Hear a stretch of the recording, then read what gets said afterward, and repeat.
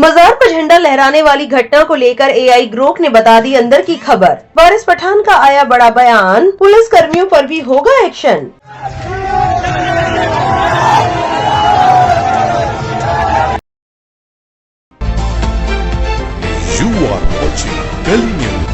रामनवमी में प्रयागराज की एक घटना ने सभी को हैरान कर दिया। इसे लेकर एलन मस्क के एआई चैटबॉट ग्रोक से पूछा गया है। ग्रोक से सवाल किया गया कि उत्तर प्रदेश के प्रयागराज में रविवार को एक मजार पर धार्मिक नारे लगाते हुए भगवा झंडा लहराए जाने की खबर है।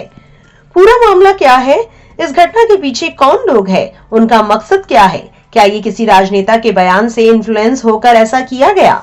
इसके पीछे कौन लोग हैं? कौन सी राजनीतिक पार्टी है जो विवाद पैदा करना चाहती है? इसे कैसे रोका जाए? थोड़ा डिटेल में बताओ ताकि लोगों को समझ आए। इस सवाल के जवाब में ग्रोक ने कहा, उत्तर प्रदेश के प्रयागराज में रविवार 6 अप्रैल 2025 को एक मजार, जिसे सैयद सलार मसूद गाजी मियां की दरगाह के नाम से जाना जाता है, पर कुछ लोगों द्वारा भगवा झंडा लहराने और धार्मिक नारे लगाने की घटना सामने आई है। ये घटना रामनवमी के मौके पर हुई, जो हिंदुओं का एक महत्वपूर्ण त्योहार है। इस घटना ने स्थानीय स्तर पर तनाव पैदा कर दिया है और सोशल मीडिया पर व्यापक चर्चा का विषय बन गई है। आइए इस मामले को विस्तार से समझते हैं। पूरा मामला क्या है? ये घटना प्रयागराज के उस क्षेत्र में हुई जहां सलार मसूद गाजी मियां की दरगाह स्थित है, जो एक ऐतिहासिक और धार्मिक स्थल है। रविवार को कुछ युवकों ने इस दरगाह की दीवार पर चढ़कर छत तक पहुंचने की कोशिश की। वहां पहुंचकर उन्होंने भगवा झंडा लहराया और जय श्री राम जैसे नारे लगाए। इस घटना का वीडियो सोशल मीडिया पर वायरल हो गया, जिसके बाद लोगों के बीच बहस शुरू हो गई। कुछ लोगों ने इसे धार्मिक भावनाओं को भड़काने वाला कृत्य बताया, तो कुछ ने इसे रामनवमी के उत्साह से जोड़ा। स्थानीय प्रशासन ने मामले की जांच शुरू कर दी है और स्थिति को कंट्रोल करने की कोशिश कर रहा है। इसके पीछे कौन लोग हैं? इस घटना में शामिल लोगों को लेकर उपलब्ध जानकारी के आधार पर कहा जा सकता है कि ये युवक हिंदुत्व से जुड़े संगठनों से संबंधित हो सकते हैं। सोशल मीडिया पर कुछ पोस्ट में दावा किया गया है कि इस घटना का नेतृत्व मनेंद्र प्रताप सिंह नाम के एक व्यक्ति ने किया, जो भारतीय जनता पार्टी और करणी सेना जैसे संगठनों से जुड़ा हुआ बताया जाता है। करणी सेना एक हिंदू संगठन है जो अक्सर धार्मिक और सांस्कृतिक मुद्दों पर सक्रिय रहता है। हालांकि इसकी आधिकारिक पुष्टि अभी नहीं हुई है कि ये लोग किसी संगठन के निर्देश पर काम कर रहे थे या ये उनका पर्सनल एजेंडा था। उनका मकसद क्या है? इस घटना के पीछे का मकसद स्पष्ट रूप से बताना मुश्किल है, क्योंकि ये व्यक्तियों के इरादों और स्थानीय संदर्भ पर निर्भर करता है। संभावित मकसद निम्नलिखित हो सकते हैं। नंबर 1, धार्मिक प्रतीकात्मकता। रामनवमी के दिन भगवा झंडा लहराना और जय श्री राम के नारे लगाना एक रिएक्शन का कृत्य हो सकता है, जिसका मकसद हिंदू धार्मिक भावनाओं को प्रदर्शित करना हो। नंबर 2, विरोध का प्रदर्शन। सलार मसूद गाजी मियां एक ऐतिहासिक शख्सियत है, जिन्हें कुछ हिंदू संगठन आक्रांता के रूप में देखते हैं। इस घटना को उनके खिलाफ विरोध के तौर पर देखा जा सकता है। नंबर 3, सांप्रदायिक ध्रुवीकरण। कुछ लोगों का मानना है कि ये कृत्य स्थानीय स्तर पर सांप्रदायिक तनाव बढ़ाने और राजनीतिक लाभ लेने की कोशिश हो सकता है। क्या ये किसी राजनेता के बयान से प्रभावित था? इस बात का कोई ठोस सबूत नहीं है कि ये घटना किसी विशिष्ट राजनेता के बयान से सीधे प्रभावित थी। हालांकि उत्तर प्रदेश में हाल के वर्षों में धार्मिक और सांप्रदायिक मुद्दों पर कई बयानबाजी हुई है, खासकर बीजेपी और अन्य दलों के नेताओं की ओर से। राम मंदिर आंदोलन और योगी आदित्यनाथ सरकार के सख्त रुख ने धार्मिक प्रतीकों को लेकर संवेदनशीलता बढ़ा दी है। ये संभव है कि ऐसी घटनाएं व्यापक राजनीतिक माहौल से प्रभावित हो, लेकिन इसे किसी एक बयान से जोड़ना अभी संभव नहीं है। कौन सी राजनीतिक पार्टी विवाद पैदा करना चाहती है? इस घटना को लेकर सोशल मीडिया पर आरोप प्रत्यारोप चल रहे हैं। कुछ लोग इसे बीजेपी से जोड़ रहे हैं, क्योंकि इसमें शामिल एक व्यक्ति कथित तौर पर पार्टी से जुड़ा है। विपक्षी दल जैसे समाजवादी पार्टी इसे बीजेपी की राजनीति बता रहे हैं, जिसका मकसद सांप्रदायिक ध्रुवीकरण करना और वोट बैंक मजबूत करना हो सकता है। हालांकि बीजेपी ने अभी तक इस घटना पर कोई आधिकारिक बयान नहीं दिया है और ये कहना जल्दबाजी होगी कि ये पार्टी की सोची समझी रणनीति का हिस्सा है। ये भी हो सकता है कि ये स्थानीय स्तर पर कुछ लोगों का व्यक्तिगत कृत्य हो, जिसे बाद में राजनीतिक रंग दिया जाए। इसे रोका कैसे जाए? ऐसी घटनाओं को रोकने के लिए कुछ जरूरी कदम उठाए जा सकते हैं। नंबर 1, प्रशासनिक सख्ती।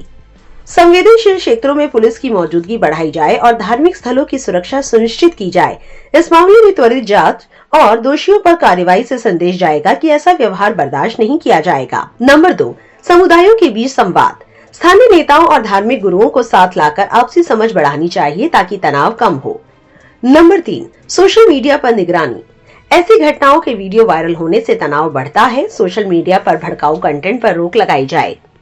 नंबर 4, राजनीतिक जिम्मेदारी।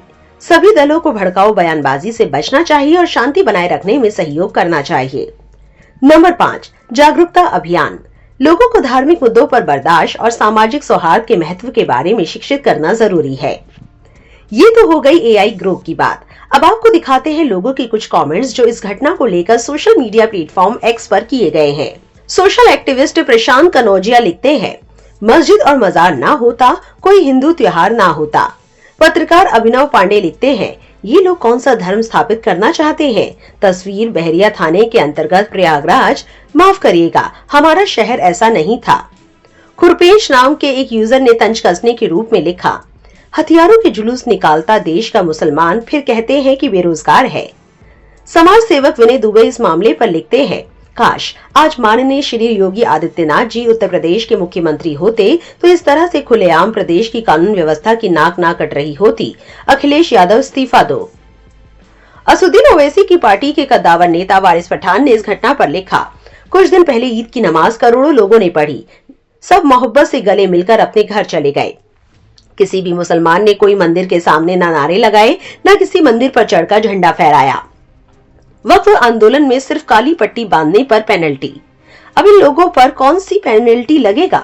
क्या बुलडोजर भी चलेगा? इस घटना को लेकर पुलिस ने बताया है कि इस मामले की जांच की जा रही है और अराजक तत्वों पर कठोर कार्रवाई की जाएगी। डीसीपी गंगानगर कुलदीप सिंह गुनावत ने कहा, 6 अप्रैल को थाना बहरिया में स्थित सिकंदरा में एक दरगाह जिसमें 5 मज़ारें हैं, जहां अधिकांश हिंदू समुदाय और कुछ मुस्लिम समुदाय के श्रद्धालु जाते हैं। वहां पर कुछ युवकों ने धार्मिक झंडा लहराकर नारेबाजी की, जिन्हें मौके पर मौजूद पुलिस ने रोक दिया और वहां से हटा दिया। उन्होंने बताया, इस मामले में जांच कर कानूनी कार्रवाई सुनिश्चित की जा रही है। इस मामले में लापरवाही बरतने वाले संबंधित पुलिस कर्मियों पर विभागीय कार्रवाई की जा रही है। ऐसी घटनाएं भविष्य में ना हो, इसके लिए ग्रोक ने कहा, ये घटना प्रयागराज में सामाजिक सौहार्द के लिए चुनौती बन सकती है। हालांकि यह भी स्पष्ट नहीं है कि इसके पीछे कोई सुनियोजित राजनीतिक साजिश थी या ये कुछ लोगों का भावनात्मक कृत्य था। प्रशासन को इसे गंभीरता से लेते हुए तनाव को बढ़ने से रोकना होगा। साथ ही समाज के सभी वर्गों को मिलकर शांति बनाए रखने की कोशिश करनी चाहिए ताकि ऐसी घटनाएं भविष्य में ना हो। आपकी इस पर क्या राय है, हमें कमेंट में लिखकर जरूर बताएं और ऐसी और वायरल खबरों के लिए हमारे चैनल को सब्सक्राइब करना ना भूलें।